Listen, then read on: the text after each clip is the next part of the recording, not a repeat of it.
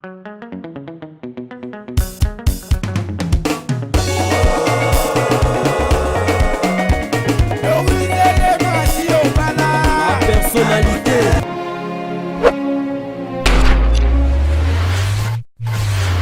Bonjour, bonsoir, c'est l'heure à laquelle vous allez me suivre. C'est votre humble servante Vinicia, femme noire, femme africaine, pièce contre pièce.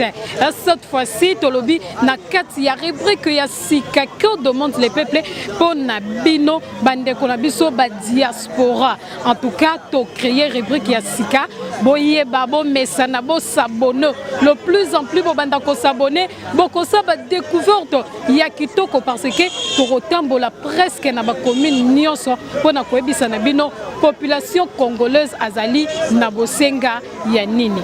Bongo na pesi ba mbote ya ebele na embassy bazabakana ya mon général John Kimbambu badiva Westwood ya kivua mama bokobon ki na kati ya London City Arlette Matoko liso ya Nzambe na pesi ba mbote ya ebele na mère boss mama Dorus Lema fumu na gaz ya la personnalité TV. En tout cas ba merci à trop na bande nyonso o bazo soutenir la personnalité TV et kende liboso ngana bino tozo continuer na même démarche ya rubrique na bino le mbote papa Mbote maman nazo kombo nani ozanani kombo na ngai ezali Eva toza awa na saut de mouton ya de bonhomme je pense.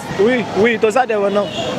Question na biso ezaboye tolito telsa na bandeko tonke yo peuple congolais ofandi na kati ya Congo kinois ya solo ya kati ya mabele bosenga na yo penza ezali nini tant que peuple congolais peuple azosenga nini Peuple azali kosenga na vie sociale nde toza na posa na yango.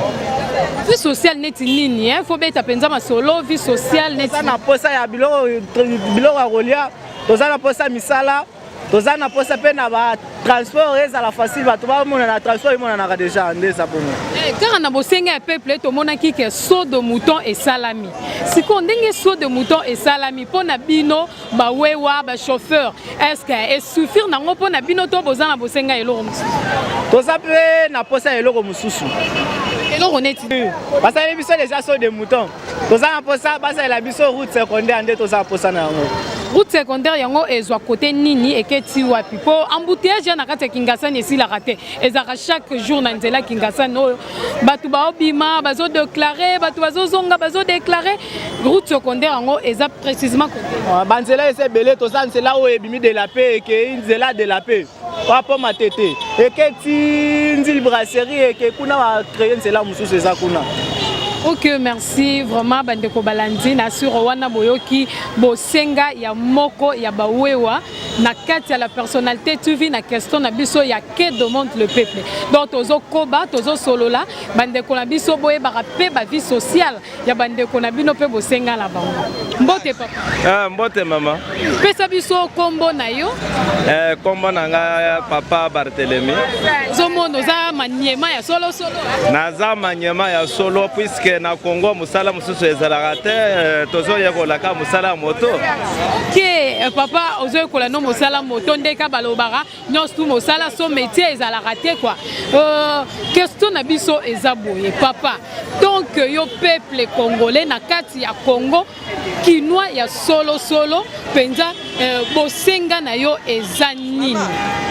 Merci mama journaliste nazo senga gouvernement na sepeli makasi po na moni so de mouton et otikosila so de mouton et otikosila mais embouteillage et silité c'est-à-dire toza na boulevard moko na boulevard wana yangwana mituka eleki ebele batu baleki ebele ba moto pe baleki ebele yangwana nazo senga gouvernement aselela pe biso ba route secondaire neti na chango toza na boulevard moko ba quartier fungami ebele sikoyo batu wana nyonso bazo ute bisika musika bazo yaka na boulevard moko yangwana nazo senga gouvernement po aselela biso pe ba route secondaire ya mibale biso ba motard tozo souffrir makasi na boulevard tracasserie eleki yangwana nazo senga gouvernement atelela pe biso likambo wana tracasserie eleki makasi na ba policier na biso. Ok, merci papa. Sikoyo, lokola tracasserie eleki, bozo senga penza nini na o etali tracasserie tant que peuple congolais ozo participer na kati ya Congo en plus kinois lisusu. Merci maman, biso tozo senga gouvernement tozala à l'aise puisque toza bana ya RDC. Ndenge tozui mokonzi ya sika makambo nyonso ezala pe ya sika. Yango nazo senga gouvernement. Vraiment bandeko balandi na sur boki intervention ya papa na biso intervenir vraiment kitoko na sur bozo sepela déjà bozo sepela bo s'abonner bisika nyonso vraiment et zwami bino tozo continuer toujours na kotambwisa micro na biso balader po bandeko baloba. Côté papa. Oui, c'est monsieur Franck Olongo. Okay, merci papa lelo question na biso ezakaka moko otozo tuna. Tant que peuple congolais bosenga na yo ezali nini? Vraiment merci. Et comme peuple congolais bosenga nanga ezali ya changement na kati ya RDC. Depuis longtemps, depuis temps ya kala. Changement etikala komona na te. Et tant que tout le monde que non gouvernement oyo to le kawana ekenango. Gouvernement oyo koti banda et koti jusqu'alors. Tozo continue de pire en pire na souffrance, na ba tracasserie, na ba embouteillage jango et puis la vie sociale au peuple congolais a espéré que non arrivé à moto ya sika. Oyo to bana ko yo kakala que non le peuple d'abord depuis les papas oya kenda oya kufa. Jusqu'alors tozo le belaka quand même il y a rien de concrétisation. Au papa nangai au touché vraiment ba point moko ya kitoko penza makaso lobu o etali vue sociale na kati ya Congo ezo le kandenge nini betela biso no mwa lisolo mo kieto luka koyeba. Merci maman na kopesa exemple ka ya libuso atapona eloko izaneti kolia na biso Kinshasa madesu nanu soki hôtel madesu eloko to bana ko somela na 1200 1300 francs na kopo pour le moment c'est 3000 francs avec motoza na bana 5 hein. Avec culture il y a plus que Essenga Katobota, Ndetozobota. Ce qu'on donne na zaboye bana 5. Avec qui kopa madesu moko na 3000 francs. Transporter comme moi, obimi na transport. Tracasser bazo kangayo, bazo étranger, nanda ko zo même na 15000 francs. Papa, pozwa kopo ya madesu na 3000 francs. Kopo ya loso na 1000 francs. Papa, est-ce que peuple congolais a couvert comment? Toko ki pe ko boa kabana ngoya mso kombi ozumo ketika quelque part pour que peut-être au coca la habité loko ya lo pena penalty. Papa au BTP penza lisolo ya vie sociale la boyoki babi kopo ya madesu ezalaki na 1300 francs otokoki koloba moins de $1 mais lelo kopo madesu et comme na 1,5$. Donc c'est souffrant na sira bandeko balandi bozoyo ka vraiment ba posa ya peuple papa lobi likambotali embouteillage chaque fois na nzela o ezalaka embouteillage nzela ya tchangu en tout cas tolito yeba baso de mouton si et salemi déjà et là on est zo salisusu est créé embouteillage na kati ya tchangu. Merci maman. Embouteillage na kati ya tchangu exact créé par ba agent ya ordre. Ba agent ya ordre bazo créer embouteillage. Ba kotina bango bozwa batu ba orienter bango pour que non batu ba bana ko lekale. Bango ba ko bana système à côté les makana ba porter à mituka. Ba place bazo boya ba mituka ba ko ekota. Bango ba ko pesa mituka ba catch, y compris ba DC7 ba kota comme ça ba fina ka bango na maboko. Ko fina wana c'est 500 francs. Il y a des fois 200 francs. Moto petango koya olingo likana coin bakangiyo.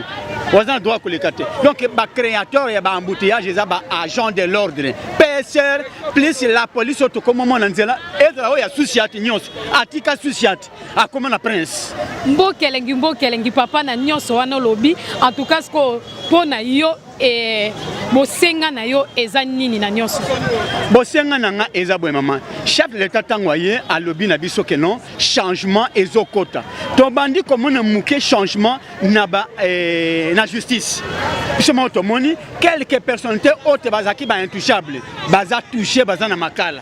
Et pour le moment, et qu'est-ce qui fait que la PSR, la police, n'est pas la touché? Quel banane baza au-dessus de la loi? Et que le Bamaka comme quoi, Solga et Pamba, mes réalisations et aux alatés. Quelques exemples, quand on a 4, 5, 6, makamane suki kaka wana ba mususu bazo continuer bakangama le susu te et comment on va solo kaka oh PCR na policier ba premier donc ba tu ya ko déranger peuple. Vraiment, c'est souffrant, Nassira Tozoyoka, pour ça, il y a peuple congolais, en tout cas, abonné à la personnalité TV, pour s'abonner et belé, les lotos na ngambu ya Tchangu, pour na koyeba, pour ça, il y a population, que demande le peuple, na kata Tchangu, même Kole Koya, pour autant, pour la peine, à la commune Moussoussou, sur vraiment, beaucoup sepela, comment on a mangé, n'engue peuple congolais, Azali, na besoin de Bosenga, tozo continuer, car en Nene Sarabino, Ti, ça continue sur la personnalité TV pour l'encoyer toujours Bosenga ya peuple ezanini mbote maman tozo betali solo ya eloko moko ya question moko ezali pour ça ya peuple congolais ezali nini donc yo peuple congolais ozo senga babongisa nini na kati ya Congo na biso en tout cas pour ngai mboka na biso régime asike komi tozana posa makambo suto o etali social est bonga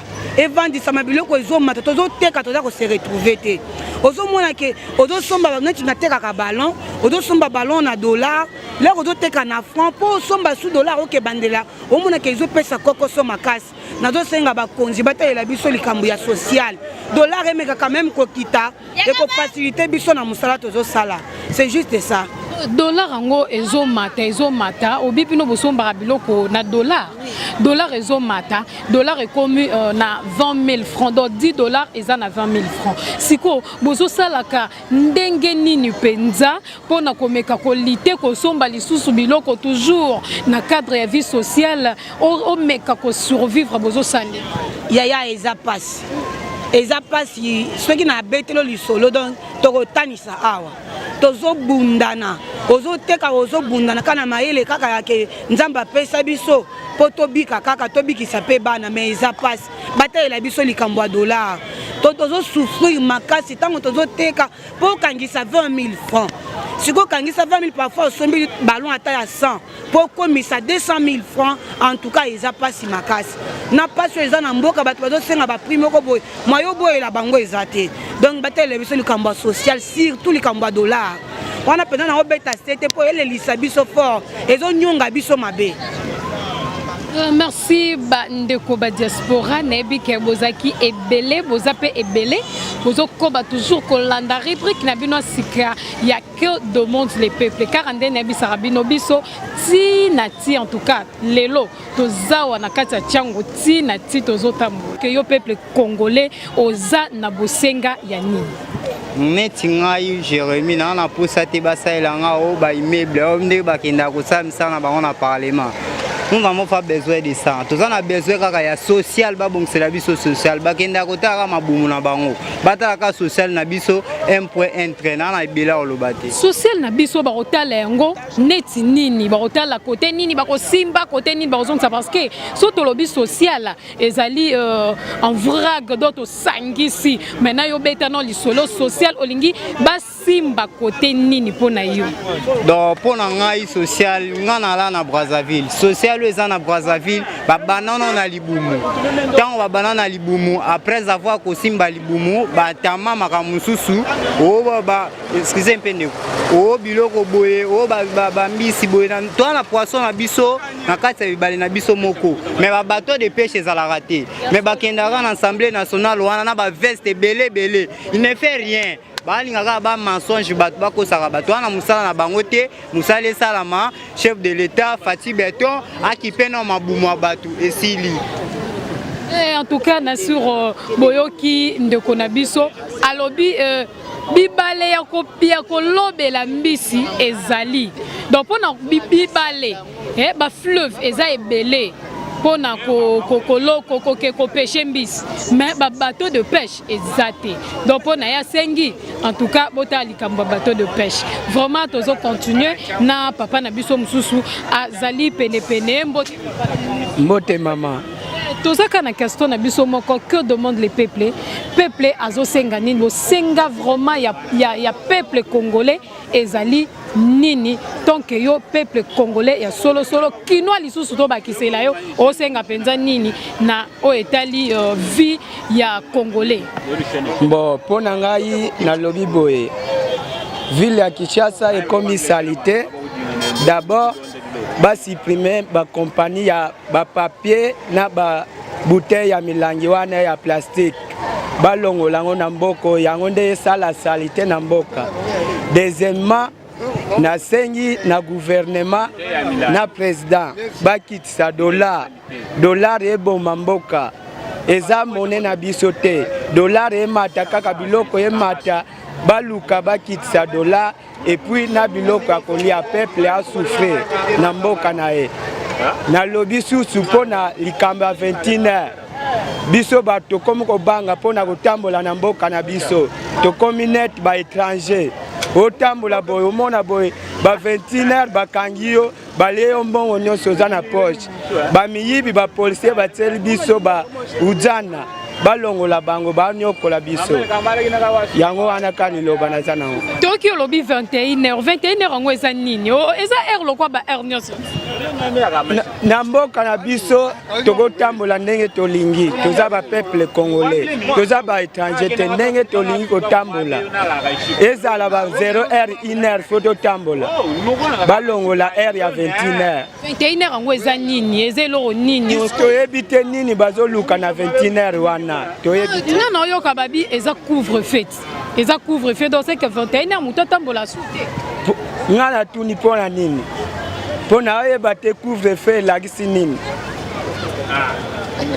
mais sikoyo mpona yo osengi nini na 21h wana basala sikoyo balongola 21h wana mutu nyonso aza na droit ya kotambola heure nyonso alingi soufre ndeko alobi ye mpona ye aosenga bolongola 21h wana en tout cas eleki très tôt na o etali couvre-feu mboka elengi na kati ya Kinshasa en tout cas na suro bozo comprendre rubrique na biso que demande le peuplement ezokota presque biloko nyonso nde na bisaka bino tina ti naza wana mpona bino na kati ya la personnalité TV kosala bino mosala kitoko parce que na lingaka bino tellement makasi mbote papa mbote mama journaliste tosa awa elongo na yo tobetama solo tant que peuple congolais ngana pena ba congolaise ya solo ya makila ba kinoa lisusu ba bakisela biso pona yo penza osenga basalela yo nini tant que peuple bon étant qu'un congolais de nationalité peut né grandi au Congo kinois bon vie na biso surtout jeunesse congolais en particulier ba kinois vie na biso quotidien en tout cas ils ont vraiment un problème à casser. Sur la jeunesse congolaise, presque na Kinawa, la plupart des jeunes, kimi, intérieur, kimi, biscuit tout donc, coopérant donc, embouteillage donc, presque biso tout les jeunes, tous se retrouver parce que la plupart, tout le monde que bao bazana ba bureau l'État, moi ma minorité wana ya ba jeunes wana, baza majorité que biso tout telengana boye. Donc biso toza libanda tozangi ba emploi étant que ba jeune toza ebele ko leka ba oyo tozo mona na mo ba bureau ndeko ya ate famille ya ate bazwaki po bazaka tribu moko nde bazwi ba che wana le basomi market ko mona bali OK eza bongo te jeune nyonso congolais azana droit ya ko bénéficier ko jouir na partage ya équitable ya masolo ya mboka na to sepele ki pena la vision ya mokonza mboka na dialogue oyo consultation asalaki ayambi ba chayer tout le monde ayambi ba chege tout le monde ayambi ba coopérant presque ba couche belé ya population congolaise azwaki temps ko consulter bango mais toyebi ba politique ya mboka bazaka soki basali likambo initiative moko songolo pakala esuka kaka na mangeoire ya bango moko po bazwa ba poste yango bacha bandeko na bango mais tolingi pena na union sacrée vision ya chef de l'état atala nanu bayi politique basali bakombo te kaka bato wana bazongaka pona koyiba kanyaka ya mboka congolais te tolingi tomona pe bato bazaki nulle part auti na Kingasani auti na Bibwa awuti na monga pula ase retrouver pe na kati ya union sacrée apesi pe makanisi na ye po mboka etambola ndenge longo bani. Donc idée na ngai na pesa message ekoma tina ba couche ya présidence mokonzi ya mboka atala nanu ka ya jeunesse. Couvre-feu 18h kanga bakulu na kanya makasi eza pe bien ezo sala la rééducation ya mentalité ya jeunesse na biso mais esuka kaka wana te jeune tolo bateke ba jeune tout ba sala ki mobulu fo bakende kanya makasi non misu fo bazonga na ba benga ngo banini comment apprentissage ba misala maboko ba menuiserie ozi bango kokotsa bango ba garage présidentiel ezalaka te ya bato oyo bautaka bapoto babengi ba diaspora te toza na bamécanicien ebele ya makasi na mboka oyo bakoki kozwa bango mpe leyo batie bango na baprimature batie bango na bastructure ya l'état bayekusa mpe bajeune batie bango na baformation songolo pakala. Donc mokonzi ya mboka esika aza ameka mpena kotala likambo ya jeunesse congolais précisement bakinois. Soki toza na babita mingi na kinois bajeune baza ebele koleka mikolo mais tozomona souffrance ezotouche mingi jeunesse. À part kokata marché tozomona bamisu koyiba na bare moto azoyiba pasi mpona 200 francs yibi na wenze eza déjà humiliation soni mpona peuple congolais na barichesse oyo toza nango na ndenge bango bakendaka koleka kawa na prince awa tu na balilon mais bazomona peuple eloko te 0 sur 0. Donc ata baolobaka bazofaire développer mais échec est total parce qu'ils ont palpable devant la population congolaise. Tout le monde a changé. Tolingi pena 2021 on a souhaité qu'il y ait une bonne année. Et l'année mon exploit peuple congolais batika peuple congolais a se retrouver précisément dans le bakinois parce que les autres bakinois ba mati ba bazana bande ni ba développer ba bazana kata kasa ikuna ba ozape la wana ce qui sur en tant que biso ba jeune kinois tozana kata capitale tozo se sangana kozwa koluka 1000 fois malewa na pasi. Donc na ebité bomba o bazana kati kuna sika mutuke ko marate ba osuka ndenge nini. Donc babanda nanu awa nanu na kinyawa to sentir vraiment que bakinois représentant la mission Gentini gouverneur Kinbope tozomona maire ekota azwa ba jeune asala ba mécanisme ya malonga po ete baza bato mayele batangi babike belé basala pina baluka ba solution appropriée pour na kotombola jeunesse kinois. Tozawa papa betana no masolo tant que yo peuple congolais posana yo ezali nini basala na kati ya Congo na biso. Oui, madame. Oui. Merci beaucoup d'avance. Moi, je m'appelle Papa Sami. Je suis chef cuisinier. Ce que je peux vous répondre dans votre question pour les besoins des peuples congolais, ceci. Tu vois, dans les besoins humanitaires, les peuples congolais ne se retrouvent pas. Par rapport à quoi? Les politiciens veulent s'en profiter pour les domaines. Mais les domaines sociaux, il n'y a personne. Ce que je vais vous répondre, ce que vous pouvez faire comme publicité, c'est l'occupation humanitaire de la population.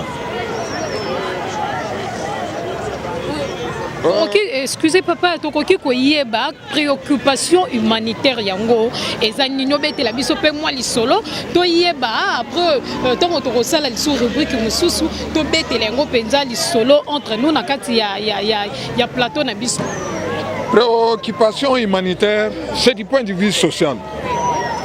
Aujourd'hui, les peuples congolais ne savent pas comment manger, comment se provisionner, comment scolariser les enfants, comment être un parent dans une famille. Donc, on se débrouille selon la volonté de Dieu. Mais or, ce n'est pas ça. Aujourd'hui, un peuple humain doit bénéficier d'un besoin humanitaire. Moi, je travaille, j'ai mon salaire, on me paye mon salaire, et mon salaire s'occupe de mes enfants. Mais aujourd'hui, il n'y a pas de salaire, il n'y a pas d'emploi. C'est ça le problème. Ozo senga na bakonzi basala nini tant que papa oyo aza déjà na libota oyo tant mususu azo luka penza libota na ezala malamu mazo tenir penza te à 100%. Ozo senga sikoyo basala nini na bakonzi. Ce que je demande aux autorités, ça veut dire, tu vois moi, je suis un chef cuisinier. Je suis un chef cuisinier de haute qualité. Je peux faire des bonnes recettes qui peuvent faire des concours avec la France, avec d'autres nationalités. Mais l'État n'est pas à notre disposition. C'est quoi alors? Il n'y a pas une bonne salaire. Tu vois? Il n'y a pas une bonne salaire. Et deux, vous êtes journaliste. Toutes les préoccupations de la population, ça n'arrive pas au niveau du sommet. Comment je peux dire? Les députés, tous sont des voleurs. Les sénateurs, tous sont des voleurs. Les ministres sont tous des voleurs. Donc, toutes les couches, ce sont des voleurs. Il n'y a pas une autorité qui est au sommet pour la population. C'est ça.